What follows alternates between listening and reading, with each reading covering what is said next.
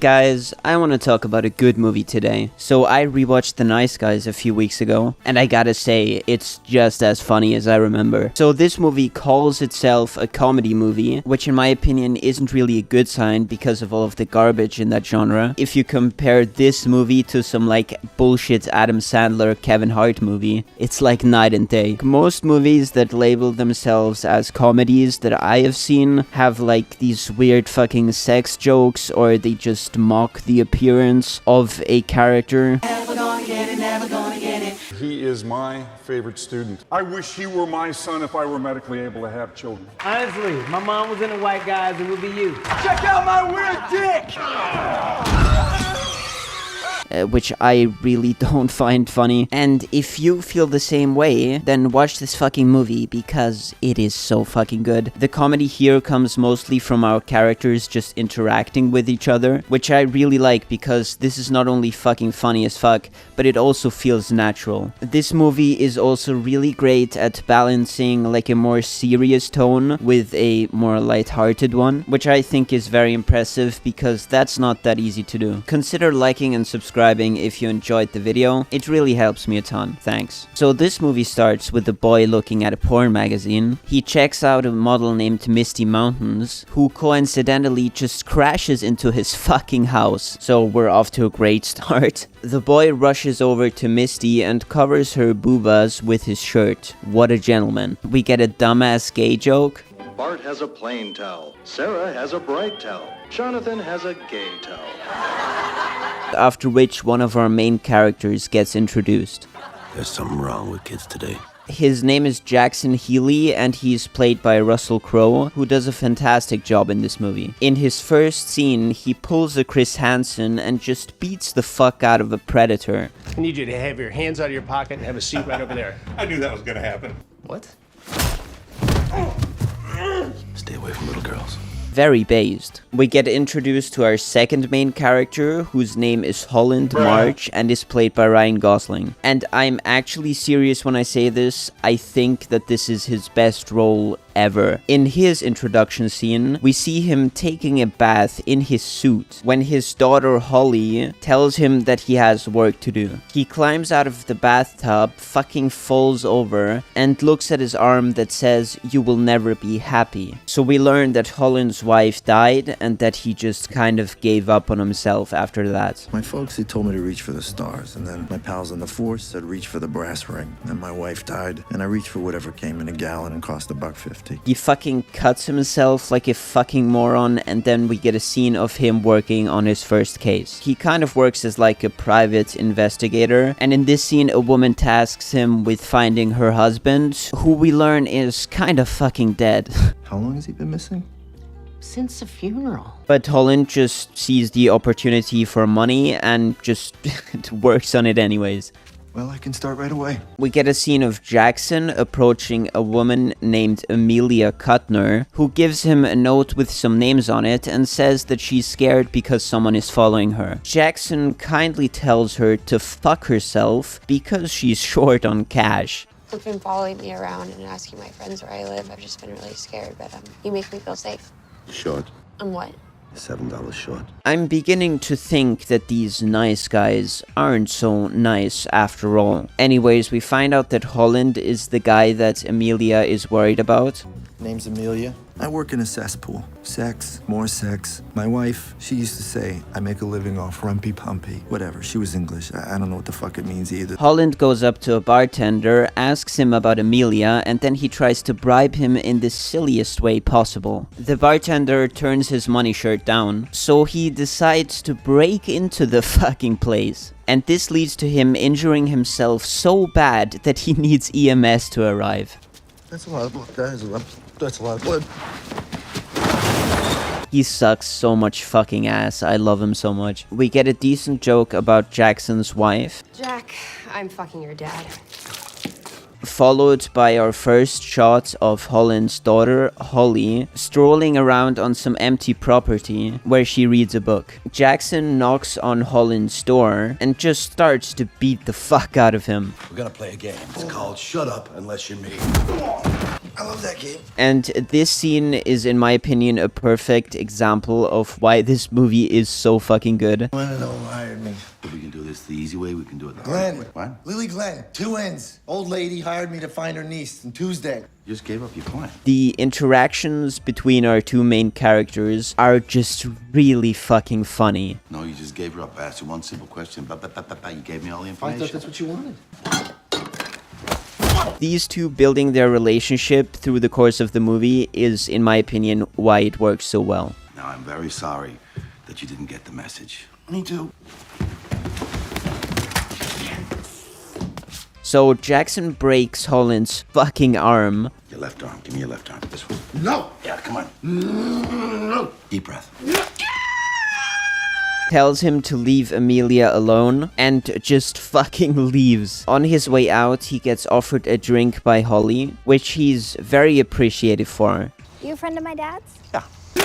The next scene opens with Jackson carrying a pack of boo-hoos up to his apartment. He gets ambushed by 2 men who knock him the fuck out. We cut to Holland talking to another one of his clients. Her name is Mrs. Glenn, and she wants Holland to find her niece, Misty Mountains, who she swears she saw after her supposed death. Your niece is a very famous actress, and the head medical examiner ID'd her himself. I saw her through the front window. Holland says that she's fucking dead, because of course she is, and even tells her that he should have never taken her money, which is of course followed by him taking more of her money after she writes him a big ass check. Please, will you keep looking? No. Holland asks his daughter if he's a bad person. Tell me the truth. And don't take it easy on me just because I'm your father. Am I a bad person? Yes. Just drive. There's something inside you. We cut back to Jackson getting interrogated by the 2 men that captured him. They ask him where Amelia is, and he of course tells them to suck his balls, after which one of the criminals gets like really excited to torture him. I'm gonna have to start breaking your fingers. And this guy's name is Blueface, but I don't really know why. Those bags. If you try to open them. Ah, okay. So Blueface absolutely loses his marbles and starts throwing fish at Jackson. Not the fish. Come on. Like, what the fuck, bro? Don't. Come on, fish. Here you go. Come on. You're gonna eat that thing, you fucking fuck. And Jackson responds to this by giving Blueface like actual professional advice on how to behave in a situation like this. When you came here tonight, was this what you wanted to happen? Well, you came here to make me eat fish? Look, if you come in here, you beat up on me, you trash the place. I understand, I get it, it's part of the job, I accept it, all right? But what did you do? You did something different from that, didn't you? You pissed me off. You made an enemy. And he actually uses this yapping session to cause a distraction, which forces the criminals to leave. And unfortunately for Window Girl, she gets fucking killed. Not enough movies explore the dangers of having windows. We cut to Holland and Holly in a bowling alley where Holly celebrates her birthday. We are immediately treated with this great joke. Jesus Christ! One at a time! You took the Lord's name in vain. No, I didn't, Janet. I found it very useful, actually. Okay, Janet? So Holland goes for a shit and gets approached by Jackson again. And here we get this amazing visual gag that just gets funnier the longer it goes on for. Ever since your little visit the other day, this little baby's gonna stay right here.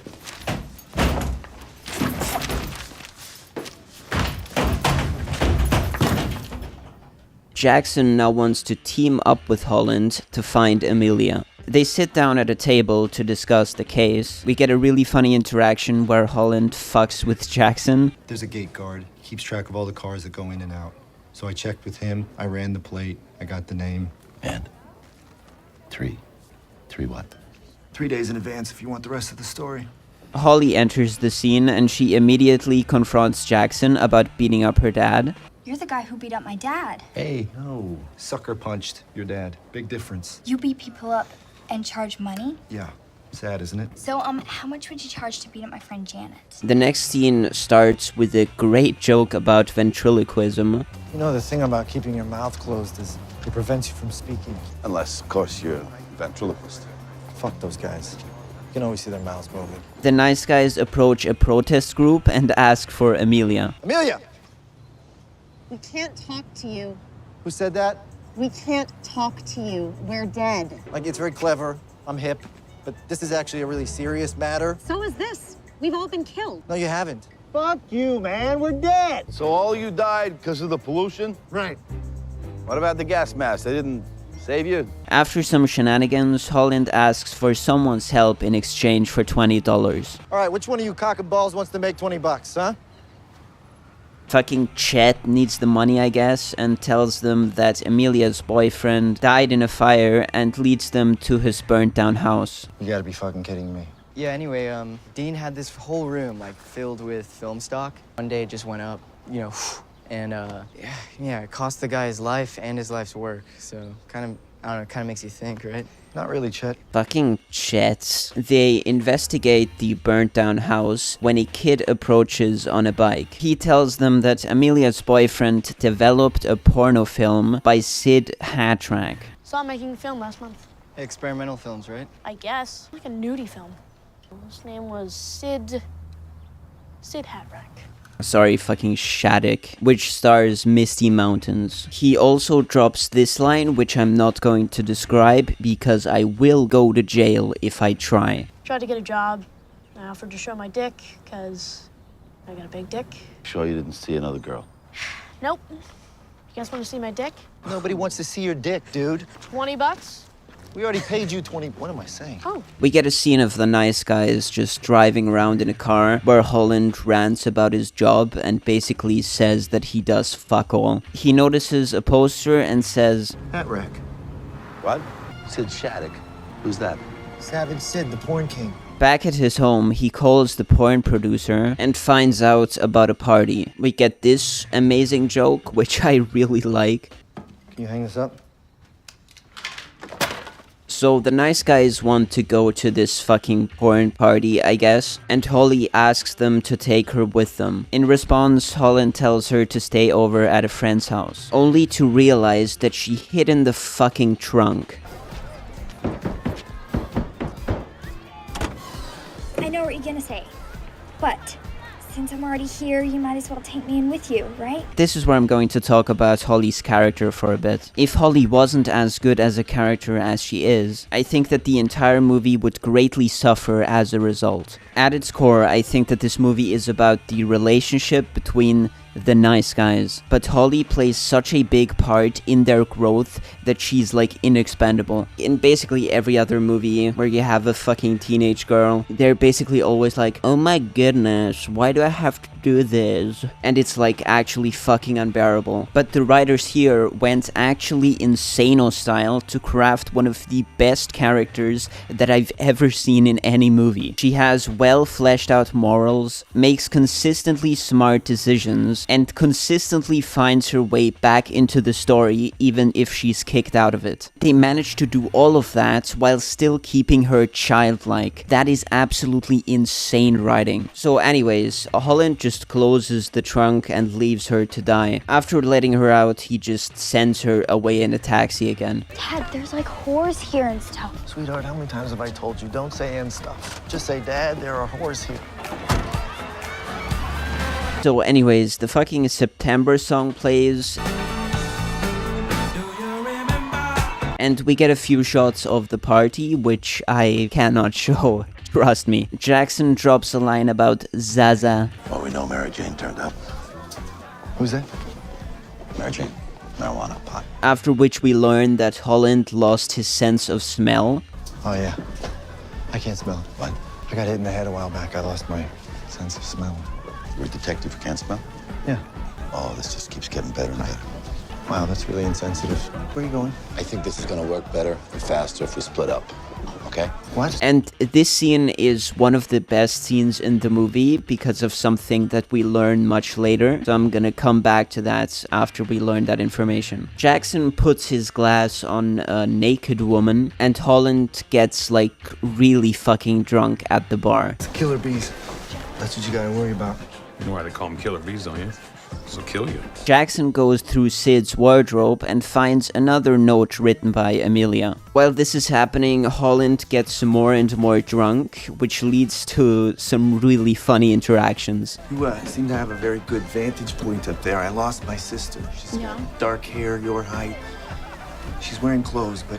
Hi, everyone. Hey. I'm Amelia. She's about dark hair and answers to the call of the wild. Just kidding. I forgot her name, but you know, if you see, let me know and tell me my name.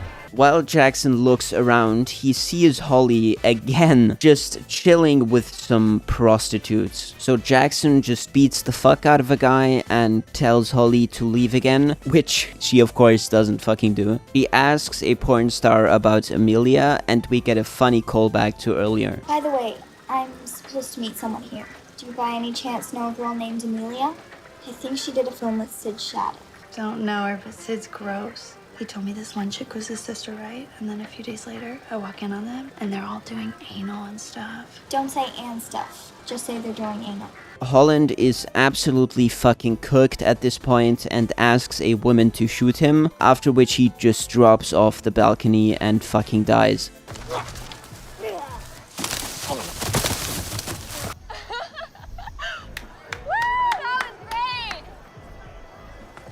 While rolling down the hill, he drops his gun and searches for it. Amelia just fucking appears at the scene. I'm not gonna hurt you. No, I'm just looking for my gun. So... And this scene is very relatable because this is the exact same effect that I have on women. So Holland just takes a quick rest beside a tree, lights up a Ziggy, which reveals a fucking dead guy just chilling right next to him. Jackson calls for Holland and we get a scene of him just bugging out completely.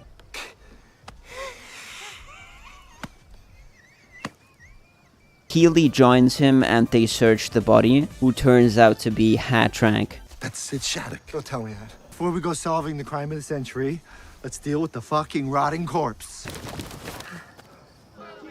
Holly asks another porn star about Amelia, and this porn star turns out to be a massive fucking snitch and puts her in the backseat of Blueface's car. And now Blueface gets all fucking excited again. Good times. Jackson bumps into a guy who turns out to be the villain from earlier and they start fighting. And bear with me now because there's a lot of shit happening back to back here. So Jackson and Suit Guy fight, which causes a gunshot to go off. Fucking Groot gets fucking murdered. The gun drops into like a small whirlpool. Holland hears this and quickly makes his way to the gunshot. We cut back to Holly, who fends off Blueface, opens the door and spots Amelia just chilling there as well. Blueface aims his gun at Amelia and Holly just breaks his fucking arm with the car door. Holland hears the second gunshot and now sprints over to that one. I have no idea what he's doing. On his way over to the second gunshot, he knocks like 50 people into the pool for no reason. The two girls run into the woods and Blueface follows them in his car. The fucking parking lot guy tells Holland that his daughter was in the car, so he immediately hotwires a vehicle and quickly follows them. We cut back to Healy and the suit guy fighting, where the suit guy gets the upper hand and holds Jackson's head in the pool. When a gunshot goes off that hits Suit Guy in the fucking leg, and I love this so fucking much. The gun dropped into the pool like 2 minutes ago and so much fucking bullshit has happened since that you forgot that this even happened, only for it to come back around. So Suit Guy gets absolutely cooked by Jackson and begs for his life. He says that he will move to Michigan and never return. You'll never see me again. Where are you gonna be? Michigan. And Healy sees this as punishment enough and decides not to kill him. Holland tries to catch up to the girls and gets shot at by Blueface, which causes him to crash into a pole. Never drive drunk, ladies and gentlemen. Blueface finally catches up to the girls and gets all fucking excited again. You guys are fast. when he just randomly gets run over by a van. And when I first watched this, I thought this was like Jackson or Holland that just quickly grabbed like a van or something. But no, it's just like random people that we never fucking see again. And I like this so fucking much. Amelia tries to leave with Holly, but Holly instead wants to help the guy that just tried to kill her. Get away from him! Just hang on. We need to help him. She's the best fucking character. So Amelia just fucking pisses off and Jackson arrives at the scene. He tells Holly to flag a car for help and sends her away. Blueface informs Healy about a guy named John Pork, or John Boy. Oh, you ever hear of John Boy? They're flying him in. Now he's gonna kill that private cop. And his whole fucking family. And Betty's gonna come for you. You ain't got long to live. Well, buddy, none of us do. You made an enemy. Rest in peace, Blueface. Your performance was very funny. Here you go. Come on. You're gonna eat that thing, you fucking fuck! Holly comes back, only to find out that Blueface is already dead. She looks at Healy with an accusatory stare. Holland arrives at the scene too and embraces his daughter, after which the cops arrive. We now get one of the funniest interactions in the entire movie. I love this so fucking much. Can I go see my daughter now? Sir, I was told to keep you here, so I'm keeping you here. Just following orders. You know who else was just following orders? Hitler. A woman named Tally shows up and asks for their help. She also recognizes Jackson as the diner guy. Holland asks him what happened at the diner, and he just says that he will tell him later. We cut to the group in the office of Judith Kuttner, who is Amelia's mother. And it sounds like you might have saved my daughter's life. That was mostly Holly, his daughter. It's genetics. Would you like a mint? Yeah. I need your help. We learn that Judith is working on a big case which involves an evil company that she's supposed to prosecute. The lawsuit for the catalytic converter, yes, that's half my day. The other half I spend on pornography. What kind? Like which films? What's your favorite? No. Anti-porn. Right. Like porn is bad. Judith says that her daughter only made this porno film to lash out at her. Conveniently for her, though, the entire film was destroyed by fire. Mrs. Kuttner, why do you think everyone involved with this film is dying? I have no idea, Mr. Martin. We also learned that Amelia thinks that her mother is behind all of this and that she doesn't trust her. She starts crying and Healy offers her, like, the bloody killer cloth. Judith wants to hire the nice guys, and Holland throws in the biggest way possible by not being able to shut the fuck up for a single second. Okay, you can hire us, but we're not cheap. This is very intensive work, and for something like this, I'd say couldn't do it for less than $5,000. Holland also awkwardly tries to get Tally's number. Can I take this? Fine. Does Tally have one? Should we have hers as well? Just in case you're not, we need to get in touch with somebody. We cut to Holland drinking alcohol at an empty pool, where we learn that his old house burned down. We're only here until we rebuild the old place anyway.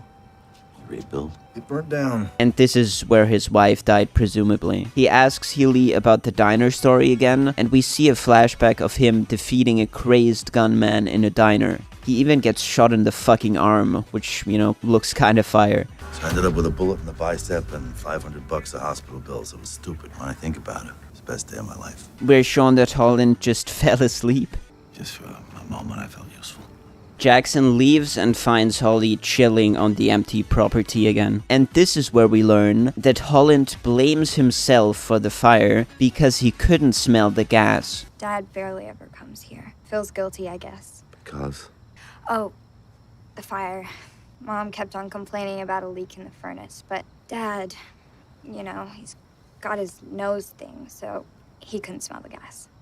And this revelation is so fucking good. Because looking back, we now understand why Holland reacted the way he did earlier. He got so fucking drunk at the party because he was reminded of the pain that his loss of smell caused. That's how you write a story. Holly asks Jackson if he's a bad person, trying to make sure that he didn't kill Blueface. Jackson basically transforms into the pleading face and says, "Nuh-uh." Holly smiles and says, I knew you couldn't do something like that. we get a shot of Jackson in his car, staring into the darkness. The next scene opens with Holly just crashing their car, followed by a pretty funny interaction between Jackson and Holland. There it is. Half. Minus a few hundred, for that car that we crashed. I thought you'd want to chip in for that. Sure. Jackson asks Holland how they are going to find Amelia, but he's only interested in getting a second paycheck. I say we wait a couple days, call Kuttner, and see if we can squeeze a second installment out of her. Holly explains to Healy how to stall clients for money. You don't want to call too soon. Gotta act like you're onto something, like you've been working hard. Then, day 3, ask for more money. Well, she's putting a negative spin on it, but yeah, that's the idea. Holland asks why they're not celebrating. I guess I don't understand why we're not celebrating. I mean, we just got paid. We're all having a drink in the afternoon. You're the world's worst detective. I'm the worst? Yeah. The world's worst. Didn't you hear me the first time? Why do you have to be such a fuck-up, huh? You go around and you drink and you lie and stuff and people hate you. Sweetheart, don't say and stuff. Just say... I hate you! Jackson gets ready to leave, but gets interrupted by Holland yelling that he figured out what the numbers mean. Of course, you're not gonna find her at the airport, seeing as how it's not a flight. Did he stop? They leave together and we see Holly smiling. They arrive at the address that Holland mentioned, only to find out that he was fucking wrong. Looking for the Burbank apartments. They're gone. To the airport, then? They drive to the airport instead, which was Jackson's idea, and we get a scene of Holland fucking coping. Well, they used to have an overflight curfew. It's all right. It's okay. They did. While driving, Holland figures out that the meeting takes place in a hotel. They question the barkeeper, who tries to get a little bit of money out of this situation. You seen this girl? She probably came in the last half hour. Memory gets a little foggy. He tells them that Amelia is at the top floor, but strongly advises them not to go up there. He also tells them that a different guy was also looking for Amelia. Where'd you go? Got on the elevator right before you guys came in. Did you get a name? John something. So this is interesting because I have no idea what this means, but I wrote down in my notes that we get the Indian line. You actually witnessed him getting into the elevator? No, it was told me by a wise old Indian. Of course I fucking witnessed it. Holland says that they should just wait here, but Jackson says that Amelia might be in danger, so they go up the elevator to help her. Munich. What? Guy without his balls. Munich is a city in Germany. Hitler only had one ball. And when they arrive at the top floor, we get a really funny scene of these goobers just looking around the fucking corner like in fucking Scooby-Doo. And after realizing that it's too dangerous, they just go back down again.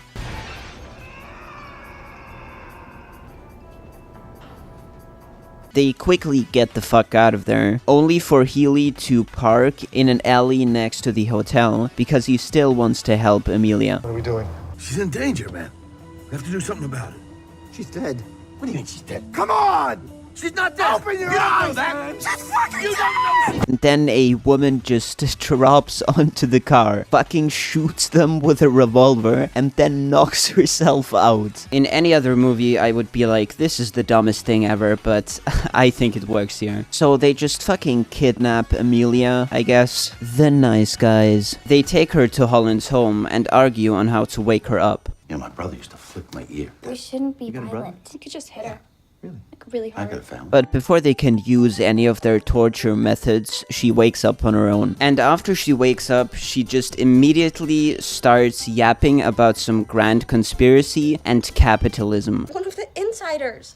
One of the capitalist corporate suppressors. You know, they want us dead, man. We're just in their crosshairs, you know? We're just pawns. Gosh. And now we get Amelia's side of the story. Would you mind starting from the top?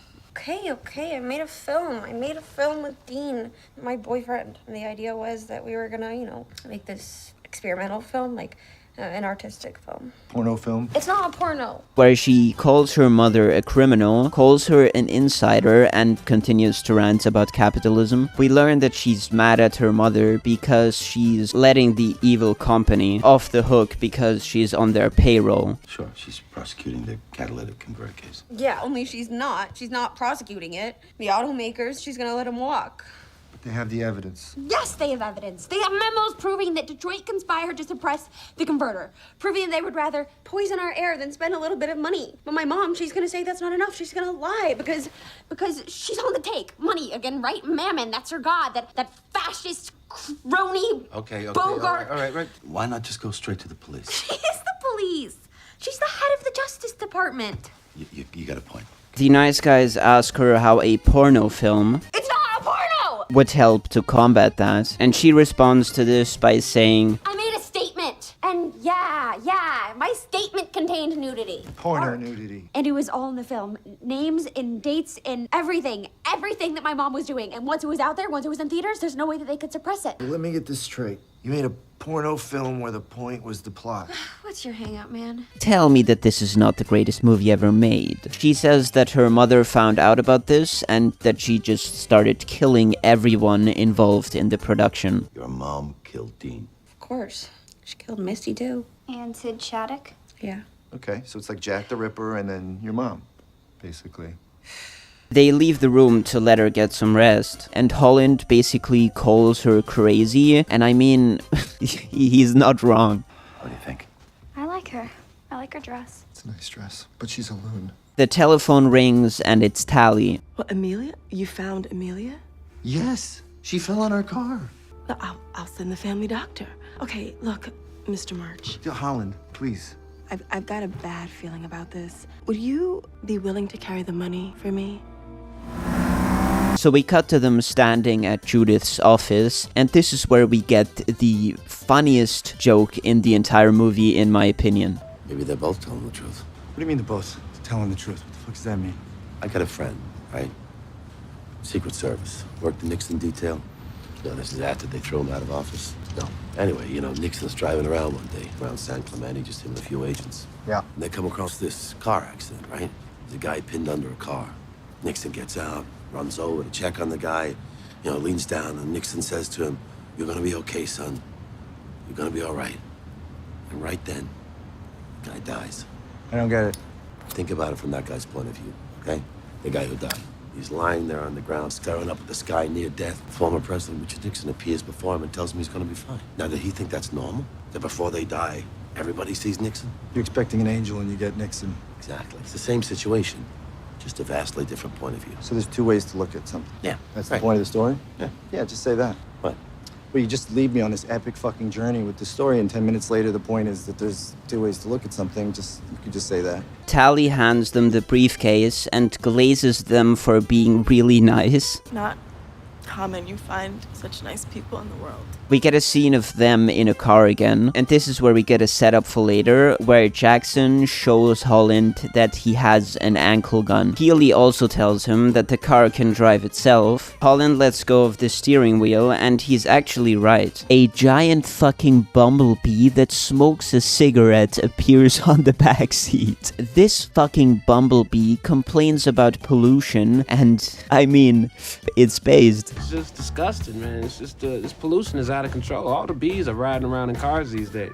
I mean, just for the fucking bumblebee, I have to give this movie 3 out of 5 Oscars. So Jackson tries to wake Holland up because he fell asleep, and he just crashes the fucking car. So due to the crash, our characters learn that Tally completely fucked them over and filled the briefcase with fucking bullshit papers. They quickly rush to Holland's house. We cut to Holly and one of her friends chilling in the living room. The doorbell rings, and Holly lets a man in that introduces himself as Dr. Malik. She quickly realizes that something is off about him and tries to get away from him. How's our patient? That's her. Oh, no, that's Jessica. What she's got, you can't fix. You were very funny. What was she saying? Was she making sense? Capitalist corporate suppressors. But her friend Jessica throws in a giant way. Dr. Malik, would you like a cookie? Just baked them. There's none left. I looked, remember? No, there's a couple. Holly walks over to the cookie jar and grabs a gun that she aims at Dr. Malik. Holly, what are you doing? Are you crazy? Jessica, if you help me with this, I'll only kill Holly. Jessica is really scared and just tries to get out of there, and John Boy grabs her and just throws her through the fucking window. The nice guys catch wind of this and quickly rush to the house, where we get a really cool interaction between them and John Boy. Excuse me. Evening. You hear that sound just a second ago? Oh yeah, just now. That was me. I threw that little girl out the window. A firefight breaks out, where Healy distracts John Boy, while Holland rushes to help the girls. We get an interaction that I genuinely do not understand at all. Fucking fascist! Jesus! Sorry. Holly hands her father the gun in the unsafest way possible. He tells the girls to hide in the closet while he takes care of John Boy. Amelia, of course, doesn't fucking listen and just leaves. In the process of the fight, a fucking palm tree crashes into the house, and we get this insanely funny scene. March! Gun! Gun! Fuck! Shit! The cops arrive and John Boy cuts his losses and leaves empty-handed. We cut to Amelia running down the street, flagging a car for help, when... Wow. I think that this is the best scene in the entire movie. We have this girl that is so scared and paranoid that she thinks the entire government is out to get her, unable to trust anyone that is trying to help her because her mother is trying to fucking kill her, which leads to her making a decision that gets her killed in the dumbest way possible. Please, I need to get out of here.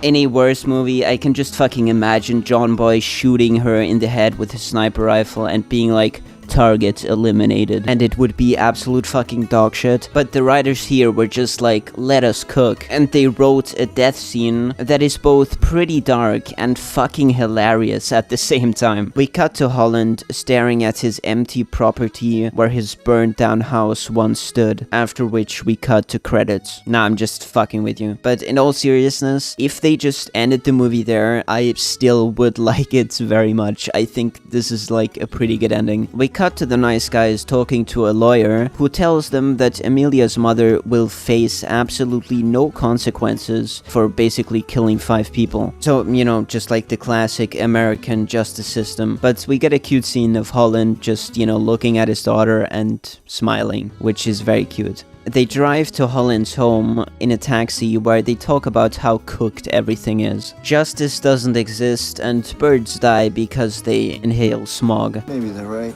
Maybe the goddamn birds can't breathe. Amelia, Misty, Dean, Shattuck, all dead. And they just won't release a barefoot skin for Black Widow on Marvel Rivals. Arriving at March's home, they get approached by the old lady from the beginning, asking about Misty again. She describes exactly what she saw. Because I saw her, but nobody believes me. Why will nobody believe me? She was wearing a blue pinstripe jacket. I've seen that jacket, sure. Jackson recognizes the dress that she describes as something that he saw in Sid Hatrack's office. It's wardrobe for the film. It's wardrobe for the film. They quickly rush to Misty's home, where they search the place and Holland finds a projector and tells the group that the porno still exists. World's worst detective, huh? You did see your niece, Mrs. Glenn. You saw her on that wall at a desk in a pinstripe suit. So what she saw was a movie. Not a movie, the movie. The movie! We learn that she went to the hotel where she fucking knocked herself out because she wanted to sell the film to distributors. Holly also finds a note written by fucking Chet, and we learn that he has the copy. Opening night, 9 p.m. Signed, Chet. Fucking Chet. Then we get this funny-ass moment. Please stop talking. I've been listening to everything you said. Does this mean that my niece is dead? Yes! I mean, you know, yes. She was murdered. We cut to the group arriving at the party, where we get some shenanigans. You guys know where the projection room is? You seen Chet, the projectionist? They just left like 10 minutes ago. Went for a drink, and you are? In a hurry. Thanks, buddy. How'd you know my name was Buddy? They sneak into a back room where they search for the film. Unfortunately for them, Tally enters the room looking absolutely magnificent, where she threatens them with a gun. Oh my God, you look incredible. How do you get your hair done? It's magnificent. Holland immediately starts thirsting over her, and yeah, I can't blame him. There's been some foul play. Do you know that suitcase that you gave us, somebody switched it out? There was no money in it. No shit. We get this funny moment where Jackson asks Tally if she ever killed someone, and she says this. In Detroit, yeah. 3 times. Really? Tally, this is not you. You're not a murderer. She just said she killed 3 people. I know, but I'm saying deep down. Holland continues to sim for a bit, and then he drops onto the ground and frantically searches Jackson's leg for the ankle gun. What the fuck are you doing? Did you move it? Move what? The fucking gun! What gun? The fucking ankle gun! Who told you I had an ankle gun? The other day in the car before we crashed, you're like, oh, check out my ankle gun. You said, you show me your ankle gun. But it turns out that that was also a fucking dream, which is very confusing to me because if the bumblebee was real and the self-driving car was real, why was the ankle gun fake? So anyways, Holly enters the room and pours coffee all over Tally. Why did you just throw cold coffee on me? I got it in the hallway. I thought it was hot. I like where your head's at, sweetheart. That really could have worked out. All right, you know, everybody, in the corner. Come on. This is the second time that someone fucking slips and knocks themselves out. To nitpick a little though, this scene is kinda dumb, and I'm not even talking about her slipping on fucking coffee and dying. Like, both of our main characters just assume that she fucking knocked herself out. They don't like rush to get her gun or something, which makes them seem a little incompetent, and I don't like that. John Boy arrives at the party as well, and he approaches Chet and asks for his help, saying there's a problem with the film. Holland and Holly get a scene where he tells his daughter to stay put, and he pinky promises her to get the film back. Pinky promise? Holland sits down at a bar where the bartender tells him that the drinks are free. So Healy finds Chet and he's not looking that great. Chet tells Healy that the porno is spliced into the film. Spliced in. The method used was splicing, which is one of the most prevalent ways people cheat in speedrunning. Fucking suit guy appears and threatens Holly with a gun. Fucking suit guy, man. You promised to go to fucking Michigan. Never mind, I don't blame him. So he threatens Holly with a gun and approaches Holland. Suit guy orders Holland to follow him, and he... How's this song go? We are shown that the movie starts playing, after which we cut to Suit Guy, Holly, and Holland on a roof. And in this scene, Holland has like a complete mental breakdown. I fucked up. You fucking drunk. Oh, don't start that crying shit. You drunk motherfucker, you. I love you, Duck. What? Duck. Followed by Holland attacking Suit Guy and pushing him off the roof, where this scene happens.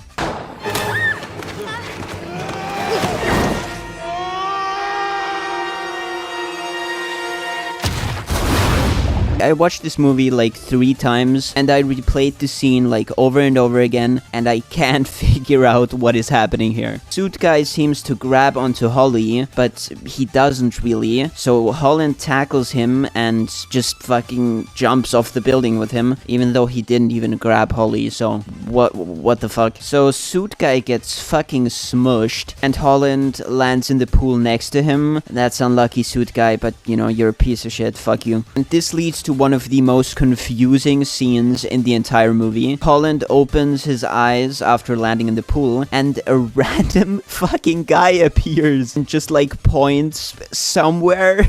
Not to mention that this hilarious fucking soundbite plays. I have no idea what this means, but I think it's funny as fuck. John Boy throws a grenade into a car, blows it up, and uses it as a distraction to snipe the projector. Holland quickly climbs out of the pool, and we are also shown Tally waking up from all the noise. Holland distracts John Boy by shooting at him, and after John Boy fires back, we get this scene of him being like the biggest fucking moron again. He is so he's such a good character. What? He meets back up with Healy, who immediately asks him if he fell from the roof. Did you fall? Nice guy, more like fall guy. Also, Holland genuinely believes that he's invincible now. I think I'm invincible. It's the only thing that makes sense. I don't think I can die. And I want you to keep that in mind, because what is about to happen to him is absolutely insane, and he takes absolutely no damage. Meanwhile, Holly snuck back up into the projector room, where she just beats up Tally. Tally drops this line. Give me that, you fucked up little hippie. What? Why are you say this? And then Holly rolls the film out the window. Tally tries to grab it and knocks herself out again. Like, I actually can't, dude. What is it with people knocking themselves out in this fucking movie? So the film falls down the building and just rolls towards a burning car. Of course, this random guy just like tells his men that he wants the movie. Give me that fucking film. Presumably to like jack off to it or something. Oh my god. A few of them charge at John Boy, and we get this like really cool scene of him just like brutalizing these guards. Healy also gets to fight a few of them, while Holland grabs the film and runs away with it. And the choreography here is so fucking funny, because the guards have like 0 fucking brain cells. So Holland runs away with the film, getting followed by John Boy, and he just, you know, fucking falls down a table. It's classic. After which he gets shot at by John Boy, and he blocks a bullet with the film. What the fuck is this film made of? Is that fucking vibranium? Like, so Holland gets knocked through a window and then falls through some more glass, and it is like insane how hard Holland is getting cooked here. He gets pushed through a window, falls through some fucking glass, and he gets fucking run over. And he has like 0 fucking injuries. John Boy takes a shot at Holland, but Healy intervenes and they start fighting. And I really like this fight scene. My favorite part is when Healy pulls a pin off a grenade, which leads to John Boy panicking and like frantically trying to take his jacket off. And after he successfully takes it off, he just throws it down the building, and this random fucking guy just gets completely obliterated. Healy gets the upper hand in the fight, and he starts to strangle John Boy when Holly arrives at the window. Mr. Healy, what are you doing? Go away, Holly. Healy, stop! You don't have to kill him! Mr. Healy, if you kill this man, I will never speak to you again. Holland finally grabs onto the film as we get a shot of his arm that now says, "You will be happy." And as fucking stupid as this is, I still really like it. Healy lets go of John Boy and tells him that his life got saved by a 13-year-old girl. And then he fucking punches him in the face so fucking hard. He's like, "Your life got saved by a 13-year-old girl." And then he just fucking kills him. Congratulations, buddy. How'd you know my name was Buddy? Healy and Holly look over to Holland, who shows them the film and raises his pinky finger. He sits down at a car and calmly smokes a cigarette while the cops arrive. And then he drops this banger of a line. And sometimes you just win. We cut to the nice guys in like this court hall where Judith walks up to them, starts yapping some cope bullshit. Oh, boys, you really think you got something done here? Do you have a clue what just happened? It was protocol. I followed protocol. And the nice guys just basically tell her to her face that she's a piece of shit. What's wrong with him? I believe he's making a connection between you and Adolf Hitler. The America I love owes its life to the big three. Motherfuck the big three. Nigga, it's just big me, nigga. The last scene of this movie takes place in a bar, where the nice guys smoke a cigar, drink some alcohol, and talk about the case. We learn that this, like, evil car company got off scot-free, and, you know, pretty realistic. Holland says that at least... Nobody got hurt? And... I'm saying I think they died quickly, though, so I don't think that they got hurt. I'm really like that. Your best work is a life pack. Nigga, Prince outlived Mike Jack. Nigga, boom! Holland pulls out a business card where Healy looks Filipino. I'm sorry you look Filipino. I do. They said it, not me. They talk about their first case as the nice guys.